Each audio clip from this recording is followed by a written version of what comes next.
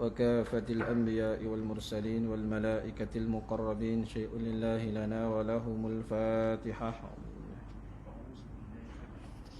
الحمد لله رب العالمين إياك نعبد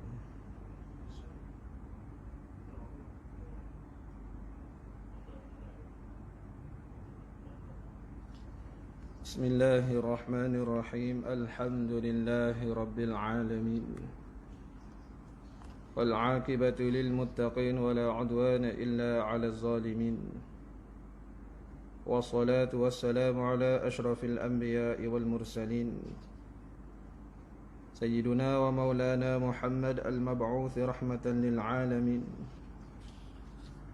وعلى آله وصحبه أجمعين. قال رب اشرح لي صدري ويسر لي أمري واحلل عقدة من لساني يفقه قولي. اللهم صل وسلم وبارك على سيدنا محمد فاتح لما أغلق والخاتم لما سبق ناصر الحق بالحق والهادي إلى صراطك المستقيم وعلى آله الحق قدره ومقداره العظيم. سبحانك لا علم لنا إلا ما علمتنا إنك أنت العليم الحكيم ولا حول ولا قوة إلا بالله العلي العظيم ولا حول ولا قوة إلا بالله العلي العظيم. أما بعد السلام عليكم ورحمة الله وبركاته. Alhamdulillah, syukur pada Allah Subhanahu wa taala. Masih lagi berikan kita peluang bersama-sama menunjukkan sifat hamba kepadanya. Allah Taala bagikan kita kemudahan, kelapangan waktu, kesihatan yang sempurna bersama-sama menunjukkan sifat hamba kepadanya, melaksanakan suruhannya sembahyang fardu subuh secara berjemaah sebaik-baik cara yang diajar oleh Rasulullah sallallahu alaihi wasallam, cara yang paling sempurna yang lebih disukai oleh Nabi sallallahu alaihi wasallam, yakni secara berjemaah. Alhamdulillah, ini adalah semata-mata pilihan dan kasih sayang Allah Subhanahu wa taala kepada kita. Alhamdulillah, pagi ini dapat kita meneruskan lagi menyambung muzakarah kita kitab Hidayatus Subyan fi Ma'rifatil Islam wal Iman, karangan Syekh Abdullah Husain bin Nasir bin Muhammad Tayyib Al-Mas'udi Al-Banjari rahimahullahu al-Bari, pada muka surat yang 3 tadi.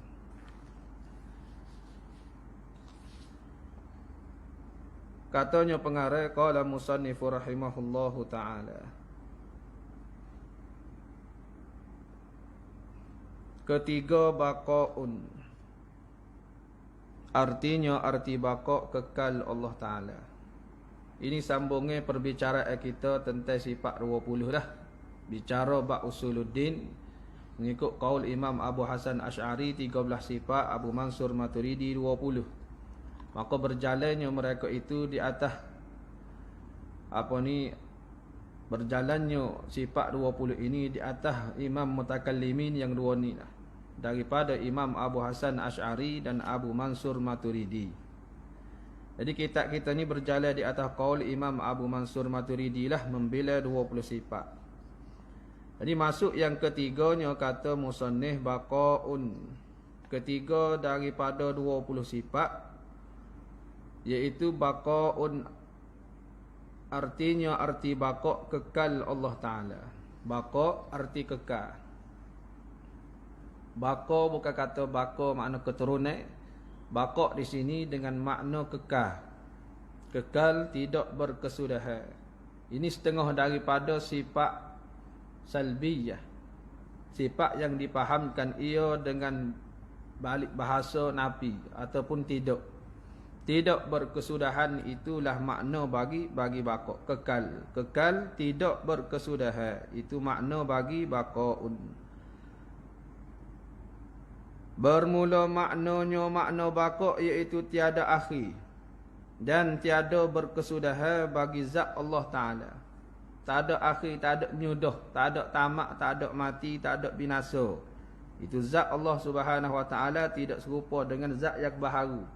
Bila mana tiap-tiap yang baharu didahului oleh tiada, ada didahului oleh tiada, maka tak dapat tidak benda itu akan hancur, benda itu akan lebu, benda itu akan binasa.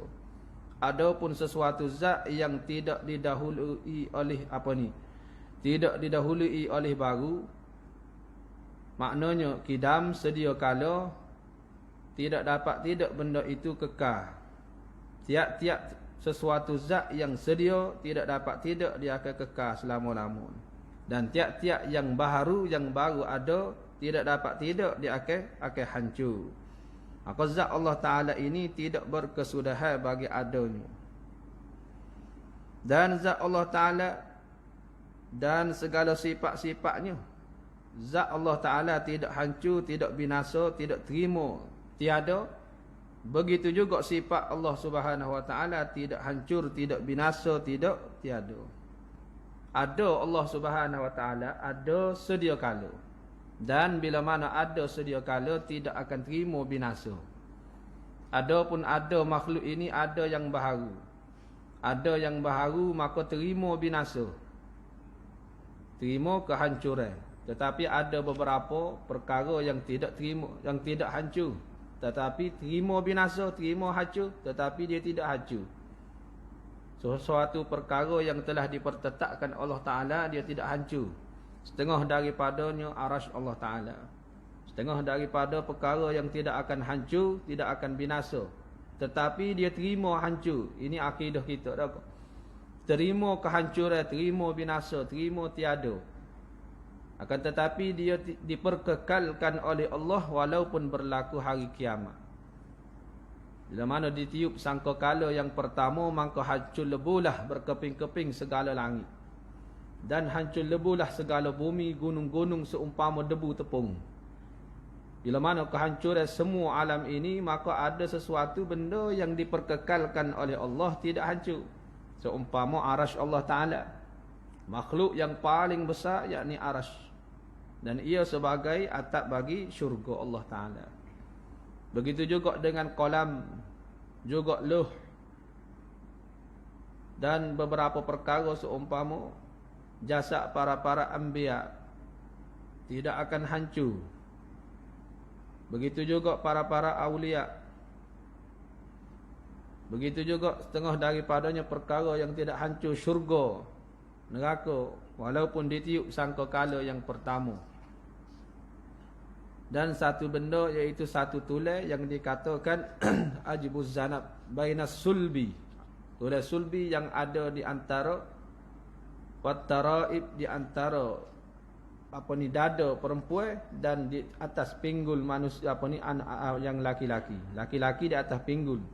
Adapun perempuan di tengah-tengah dadanya ada satu tulah yang tidak akan hancur selama-lamanya. Itulah tulah yang akan bangkit tumbuh semula pada hari kiamat. Menunjukkan bahawa ada beberapa perkara yang tidak hancur, tetapi akidah kita pegang terima hancur. Adapun zat Allah Ta'ala tidak terima kehancuran, tidak terima binasa lah. Itu zat Allah Ta'ala baqa, tidak terima binasa, tidak berkesudahan.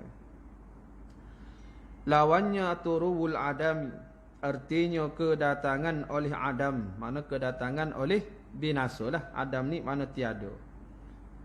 Kedatangan oleh adam padanya, pada zat Allah Ta'ala mustahil lah tu. Iaitu hancur. Zat Allah Ta'ala tu mustahil. Allah Ta'ala tidak terima hancur, tidak terima. Kau beza dengan tidak hancur. Tidak hancur tetapi terima hancur.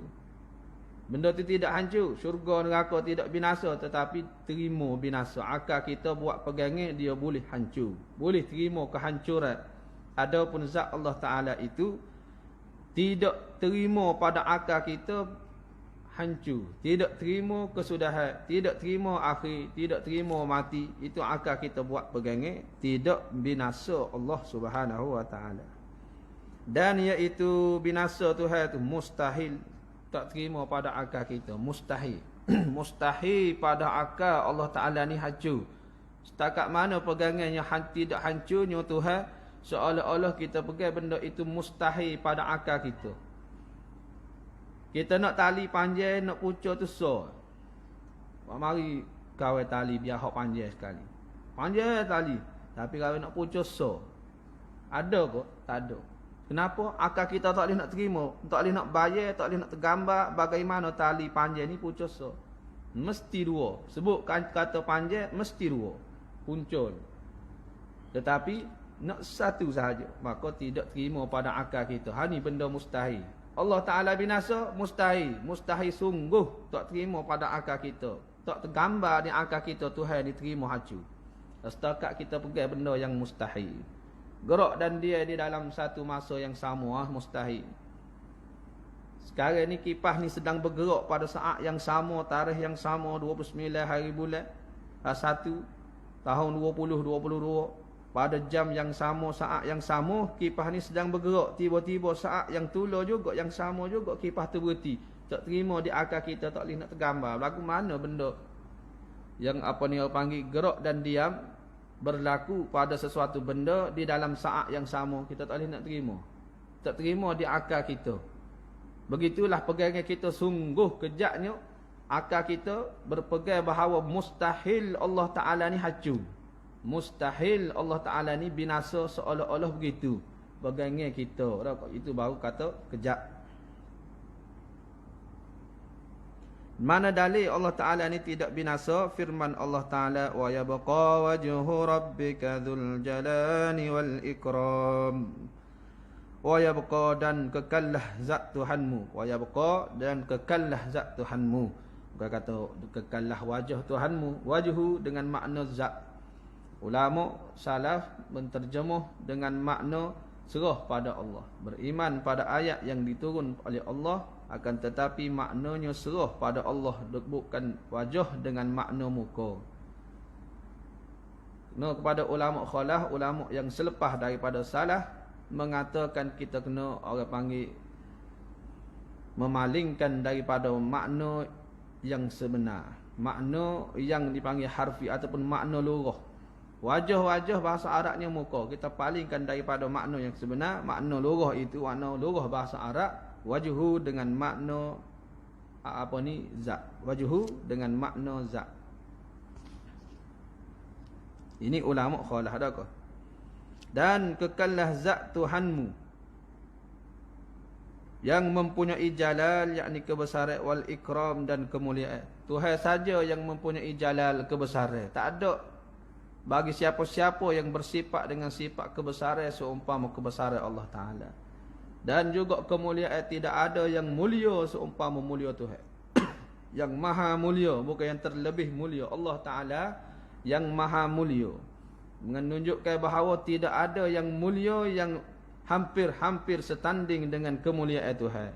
Menunjukkan bahawa tak ada orang yang boleh melampaui kemuliaan Allah Ta'ala. Dan tidak ada seorang pun yang hampir-hampir setanding dengan kemuliaan Allah Ta'ala. Jadi Allah Ta'ala itu maha kebesaran dan maha kemuliaan. Bila mana kita tekok sungguh-sungguh Allah Ta'ala ni maha besar dan maha mulia, maka terluput, hilanglah sifat kebesaran yang ada di dalam hati kita. Hati kita ni kadang-kadang buat sesuatu benda berjaya, merasa ada kebesaran. Bila mana kita buat ujian, luluh dan sebagainya, boleh CG dan sebagainya, dapat sesuatu benda yang kita usaha, kita merasakan kita yang laksana, kita buat. Bila mana begitu, terluputnya kebesaran Allah Ta'ala di hati kita. Bila mana berjalan dalam keadaan mengkoh, bila mana semaya pun dalam keadaan sombong, sedangkan dalam semaya Allahu Akbar, Allah Maha Besar, tiba-tiba ada dalam hati dia sifat merasakan dirinya, ataupun merasakan diri dia lebih daripada saudaranya, ataupun saing sahabatnya, dengan sebab kebijaksanaan dia, dengan sebab kerajinannya, dengan sebab pemurahnya, dengan sebab kepandaiannya, maka itu telah pun ia bersepakai dengan sifat Allah. Sebab itulah kena jaga akidah, pegang sungguh-sungguh Allah Ta'ala sahaja yang maha besar, yakni darajahnya, kebesarannya, dan Allah Ta'ala juga yang maha mulia nisbah kedudukannya. Tidak ada yang mulia Sebab itulah di dalam kita semaya itu perlu ada panggil ajizah, merasakan di dalam kita ni hina. Dalam hati kita ni rasa tawaduk, rasa hina. Sebab itulah di dalam perbuatan semaya itu ada perbuatan yang menunjukkan hinanya manusia, iaitu sujud. Muka satu anggota yang mulia. Sehingga orang nak kenal seseorang di muka. Tak ada orang kenal seseorang di kepala. Tak ada dia kenal pada tangan. Mesti dia tengok muka. Seseorang buat tunjuk muka tu, menunjukkan bahawa muka itu tempat yang paling mulia di atas tubuh diri manusia. Semulia-mulia begitu pun Allah Ta'ala memerintah supaya meletakkan pada tempat yang dipijak, iaitu tanah, latar dan sebagainya. Menunjukkan bahawa tidak ada kemuliaan terhadap manusia. Walaupun diberikan kelebihan-kelebihan oleh Allah Ta'ala, perlu ada di dalam hati-hati manusia terasa hina. Yang hanya besar, yang maha mulia hanya Allah Subhanahu wa Ta'ala. Bersesuailah dengan zikir yang kita baca di dalam sujud. Subhana rabbiyal a'la wa bihamdih. Maha suci Tuhan yang maha mulia, kekal dengan sifat kepujiannya. Bila mana ada lintasan sedemikian makna, maka datanglah kekhusyuk, datanglah orang panggil rendah diri, hina diri pada Allah Subhanahu wa Ta'ala. Kerana itulah ulama mengatakan khusyuk di dalam semaya, iaitu melintaskan apa-apa yang dibaca ketika di dalam semaya. Itulah khusyuk. Maka Allah Subhanahu wa Ta'ala kekal dengan zatnya. Kekal, Allah Ta'ala tidak berkesudahan, yang mempunyai jalal, kebesaran dan ikram, yakni kemuliaan Allah Ta'ala. Itu dalil Allah Ta'ala bersifat dengan sifat kekal lah. Keempatnya, mukhalafatuhu lil hawadis, artinya bersalah Allah Ta'ala bagi segala yang baru. Bersalah mana tak serupa lah Allah Ta'ala bagi segala yang baru. Tak serupa tadi tu pada zatnya dan pada sifatnya dan pada segala perbuatan. Tak serupanya Allah Ta'ala dengan manusia, dengan jin, dengan segala ciptaannya, pada zat, pada sifat, pada perbuatan. Tiga-tiga ni tak serupa. Zat Tuhan dengan zat manusia tak serupa. Sifat Tuhan dengan sifat manusia tak serupa. Sifat perbuatan Allah dengan perbuatan makhluk pun tidak sama.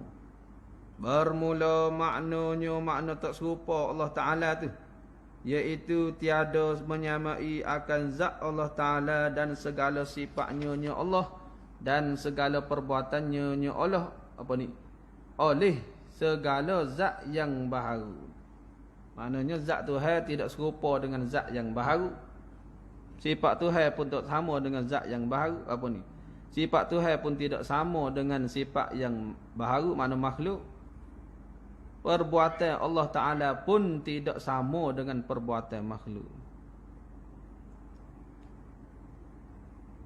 Dan segala perbuatan mereka itu lawannya maknanya tak serupa Allah Ta'ala nisbah zat dengan nisbah zat makhluk.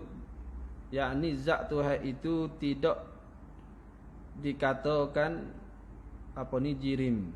Zat Tuhan tidak dikatakan jirim. Bila mana zat Tuhan tidak berjirim berjisim, maka zat makhluk ini berjirim berjisim. Tidaklah Allah Subhanahu wa Ta'ala zatnya itu bertempat. Bila mana zat manusia ini berjirim berjisim, wajib padanya meliputi padanya tempat. Adapun zat Allah Ta'ala tidak berjirim, tidak berjisim, maka zat Tuhan itu tidak bertempat. Tak serupanya zat Tuhan dengan zat makhluk. Zat makhluk ini daripada jirim. Jirim ni benda yang bertempat dengan sendiri, mesti berhajat kepada ruangan kosong, itu jirim. Bila dalam kereta kita muat 10 orang dah sumak dalam kereta. Bila mana 10 orang dah penuh dalam kereta, tak boleh masuk dah. Kenapa tak ada ruangan kosong untuk zat diri kita? Menunjukkan bahawa kita ini berjirim, berhajat kepada ruangan kosong untuk letak diri kita, tubuh badan kita. Adapun zat Allah Ta'ala tidak berjirim. Bila mana tidak berjirim, tidak berhajat kepada ruangan kosong. Tidak berjirim, tidak berhajat kepada ruangan kosong. Itu zat Allah Ta'ala. Mana tak serupa zat Tuhan dengan zat makhluk. Bila mana tidak berjirim, tidak bertempat. tidak berhajat kepada ruangan kosong, tidak berjihah, tidak di atas, tidak di bawah. Jihah ni makna arah yang ene, arah atas, arah bawah, arah kanan, arah kiri, arah depan, arah belakang. Bila mana begitu, tidaklah Allah Ta'ala itu berarah, berjihah di atas, di bawah, di kiri, di kanan, depan dan belakang. Kalau berjihah di atas menunjukkan Allah Ta'ala bertempat. Berjihah di kanan juga Allah Ta'ala bertempat. Sedangkan ketika seorang sahabat datang bersama rombongannya daripada Yaman, Abu Musa Asy'ari, sebelum daripada dia menanyakan beberapa hukum, dia bertanya Rasulullah sallallahu alaihi wasallam. Dia kata, apa yang ada sebelum adanya alam ini? Apa yang ada sebelum adanya alam ini? Tanyanya Abu Musa Asy'ari. Lalu dijawab Nabi SAW, Kana Allah wa lam yakun syai'un ghairuh. Kana dia beramal menasak ising meropok khabar. Meropok ising menasak khabar. Mana dia berhajat kepada ising. Tetapi kana di sini kana dengan makna tam, kana wujida, dengan makna ada. Dia ada satu lagi kana dengan makna adalah. Wa kana Allahu ghafurur rahim. Adalah Allah Ta'ala itu maha pengampun, maha mengasihani. Itu makna adalah. Ada satu lagi kana dalam Quran, dalam bahasa Arab dia ada dengan makna ada. Ada sahaja, bukan kata adalah. Wa kana Allahu ghafurur rahim, itu makna adalah. Kalau kana Allah wa lam yakun syai'un ghairuh, seumpama hadis Nabi ni kana dengan makna wujida, ada. Ada Allah, kana Allah, ada Allah. Wa lam yakun syai'un ghairuh, tidak ada selain daripadanya. Ada Allah, tidak ada selain daripadanya, daripada Allah Ta'ala. Bila mana tahu dah orang yang bijak pandai, yang mempunyai akal, tahu dah ada Allah, tidak ada selain daripada Allah. Semua benda tidak ada. Bumi tidak ada, langit tidak ada, awan tidak ada, manusia tidak ada, tempat pun tidak ada, ruang yang kosong pun tidak ada, arah atas, kiri, bawah, depan, belakang pun tidak ada. Semua tidak ada. Hanya ada zat Allah Ta'ala sahaja. Bila mana ada sahaja zat Allah Ta'ala, tempat pun tidak ada sebelum daripada Allah Ta'ala menciptakan makhluk yang bernama tempat, maka di manakah ia duduk? Menunjukkan bahawa tidak meliputi, tidak ada, tidak berhajatnya zat Allah Ta'ala kepada tempat. Tidak bertempat, tidak di atas. Sebelum daripada dia buat atas, dia di mana? Kalau di atas aras, sebelum dia buat aras, di mana? Ini menunjukkan bahawa Tuhan itu tidak bertempat. Bersalahannya zat Tuhan dengan makhluk, dengan makna zat Tuhan itu tidak berjirim, tidak berjisim. Zat makhluk ini berjirim, bertempat, mesti berhajat kepada ruang yang kosong. Hatta benda yang lembut sekalipun, angin. Angin benda yang lembut, bila mana lembut, maka dia berhajat kepada ruang yang kosong. Di dalam sebuah botol contohnya adanya angin, maka kita nak masukkan angin yang lain tidak boleh. Kenapa? Kerana angin yang ada di dalam botol itu telah pun ada, maka tidak boleh masuk angin yang lain. Kerana angin juga berhajat kepada ruangan kosong. Itu makna jirim. Dan perbuatan Allah Ta'ala tak sama dengan perbuatan makhluk. Begitu juga sifat Tuhan pun tidak sama dengan sifat makhluk. Banyak lagi lah. Mumatsalatuhu lil hawadis, artinya bersamaan Allah Ta'ala bagi segala yang baharu, iaitu mustahil. Dalilnya firman Allah Ta'ala, laisa kamislihi syai'un, artinya tiada suatu seumpama Allah Ta'ala. Tak ada pun yang sama seumpama Allah Subhanahu wa Ta'ala. Hatta kita nak mempersamakan seumpama sifat sekali pun tak boleh. Apatah lagi zat. Kita nak mempersamakan sifat tak boleh. Wajah jalan serupa tu salah, tak boleh dah. Kita kata Allah Ta'ala ni bertangan contohnya. Contoh dah. Bila mana bertangan, kita kata pula laisa kamislihi syai', tidak ada seumpama Allah Ta'ala sesuatu. Dengan makna tangan tak serupa tangan manusia. Sekalipun begitu salah. Kerana wajah jalan serupa nisbah ada. Seseorang itu menyerupakan manusia dengan lembu. Adakah dia ni makan rupuk? Tidak. Ada tanduk? Tidak. Kaki pak? Tak juga. Itu nisbah. Wajah jalan serupa, nisbah bodohnya. Itulah menyerupakan seumpama lembu, nisbah bodohnya. Nisbah tu orang panggil salah. Nisbah bodoh tu salah. Manusia dengan lembu, nisbah tu salah. Seumpama kita menyerupakan Allah Ta'ala, seumpama ada tangan, ada tu salahnya.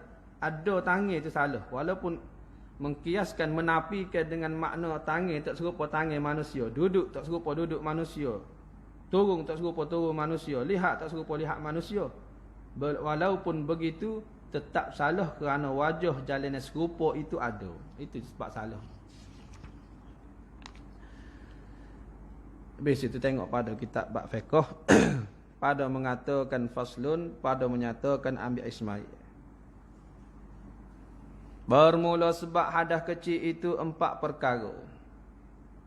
Bermula sebab hadas kecil itu 4 perkara. Hadas sebab jadi orang ni batal Ismail ni 4 perkara ni. Kalau orang tanya lain-lain itu tak batal. Hak batalnya 4 perkara ni, ingat siapa taruh pegang 4 perkara ni. Kalau lain daripada masalah ni, kalau kiyah daripada ni tak ada masalah. Lain daripada masalah 4 perkara ni tak batal Ismail.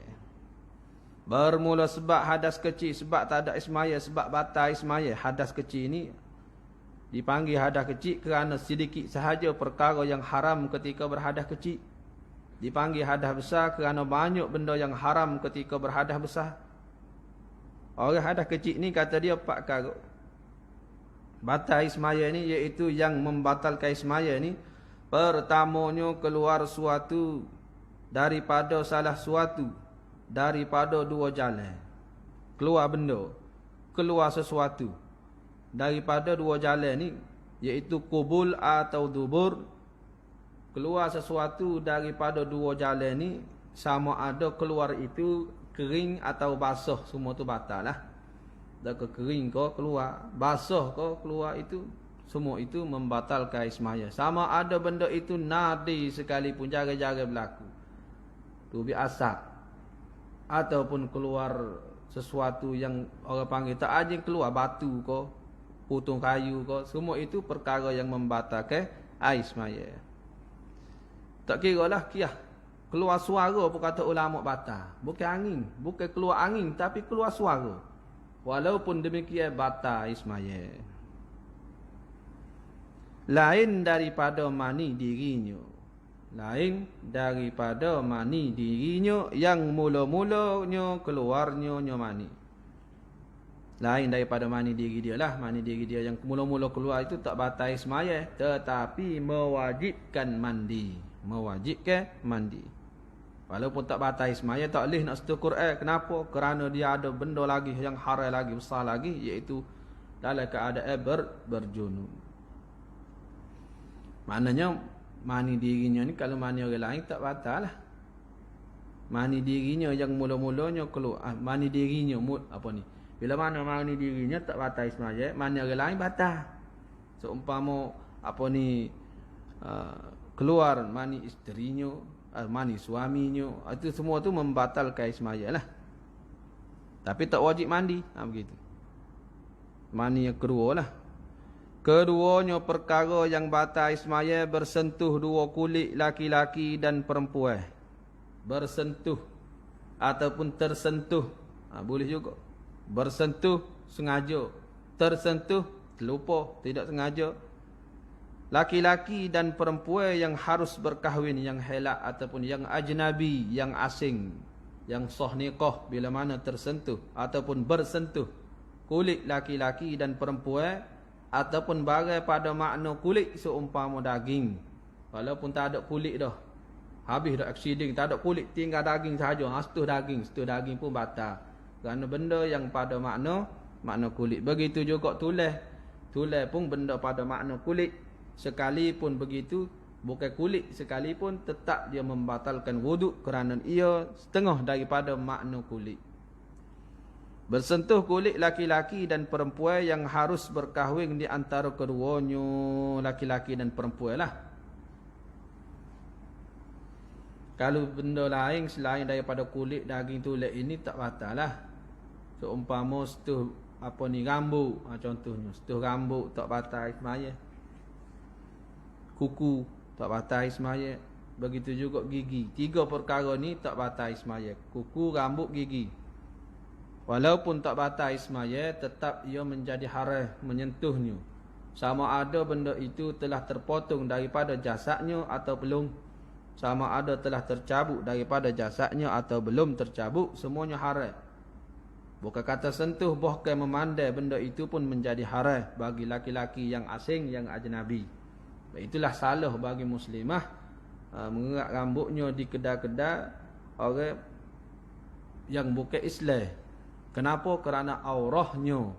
Nak orang yang bukan Islam walaupun perempuan, sekalipun guting tu perempuan, tetap menjadi haram kerana aurahnya seluruh badan melainkan pada waktu bekerja sahaja. Antara pergelangan tangan ataupun sising sikit kat ni, begitu juga pada kaki, akak sikit pada buku lali. Adapun rambut, leher ko tak kira lah, itu aurah walaupun di hadapan perempuan. Kerana dia nikah. Ada benda yang telah kerak dah, kuku kerak dah, tak boleh dilihat. Rambut kerak dah, tak boleh dilihat.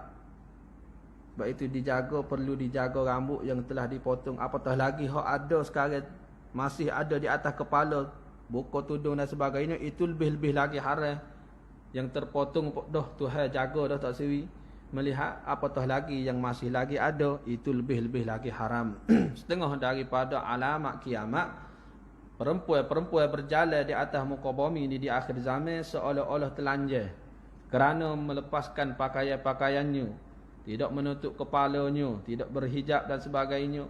Pakai baju pun tak cukup benar. Kadang-kadang pakai seluar tu seluar adik dia. Ini menunjukkan bahawa setengah daripada alamat akhir zaman. Setengah daripada tanda-tanda kiamat. Adakah tanda-tanda kecil hampir kiamat? Maknanya bersentuh kulit laki-laki dan perempuan yang ajnabi, yang asing, yang sah, yang boleh berkahwin keduanya, yang sampai keduanya pada umur yang diinginkan dia. Setengah ulama mengatakan umur 7 tahun lah. Kalau setuh baby tu tak ada masalah. Ketiganya menyentuh zakar atau faraj atau halaqah dubur anak ada. Menyentuh zakar laki-laki lah. Orang panggil apa ni, larah. Pistu tu larah dia tu. Atau faraj bagi perempuan, atau halaqah tempat kerutan dubu anak Adam. Maknanya kalau binatang tidak batas. Setuh kucing datang semaya berasa nak setuh kucing setuh orang panggil barang kucing, itu tak batas semaya. Kerana itu binatang. Ini hanya kepada anak Adam. Menyentuh tadi tu dengan tapak tangan, setuh dengan tapak.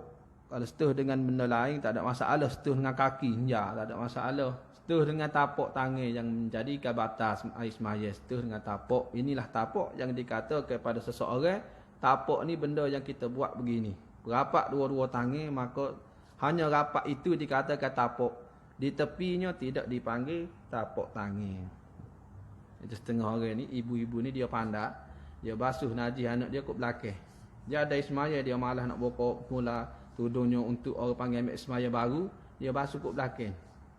Kat belakang ni tak batal semaya lah.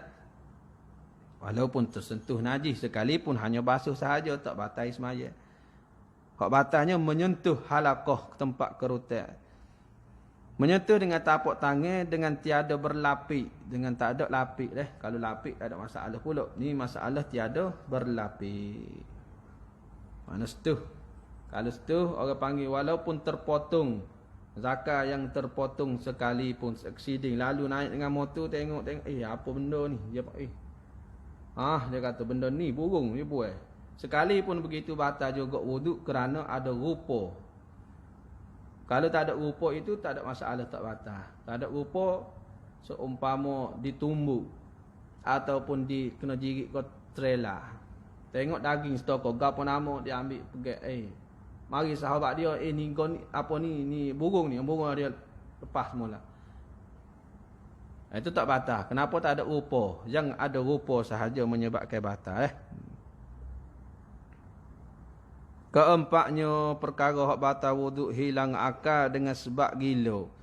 Hilang akal dengan sebab gila walaupun satu lahzah, satu saat sekalipun gila batal wuduk.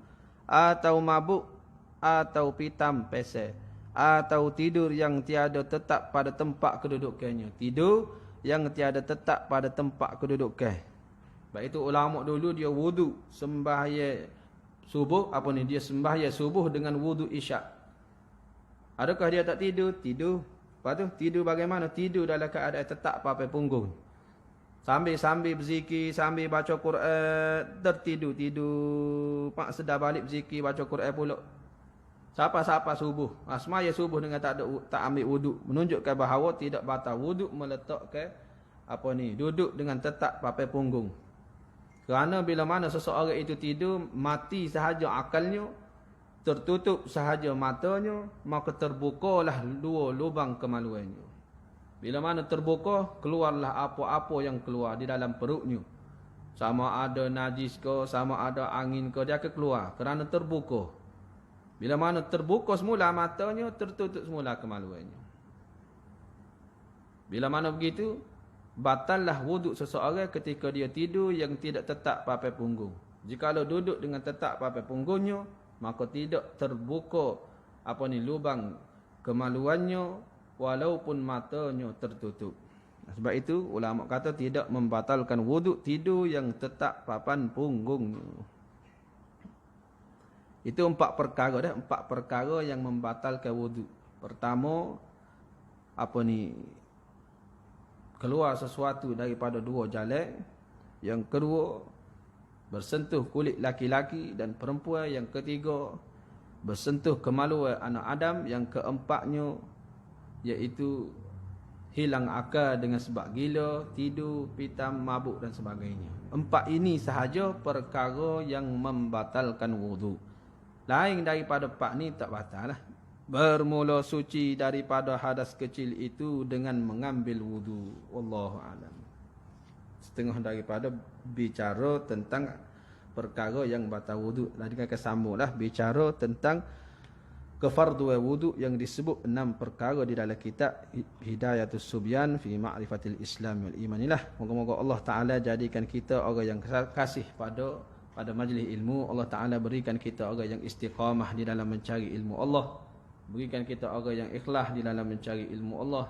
Diberikan kita orang yang muhsin, sentiasa berbuat baik. Bangkitkan kita bersama dengan sahabat, orang-orang yang soleh dan para rasul sallallahu alaihi wasallam insya-Allah. Bismillahirrahmanirrahim. Alhamdulillah. Allahumma aghnina bil ilmi wa zayyina bil hilmi wa akrimna bit taqwa jamilna bil afiyah. Allahumma ighfir lana warhamna warda 'anna wa taqabbal minna.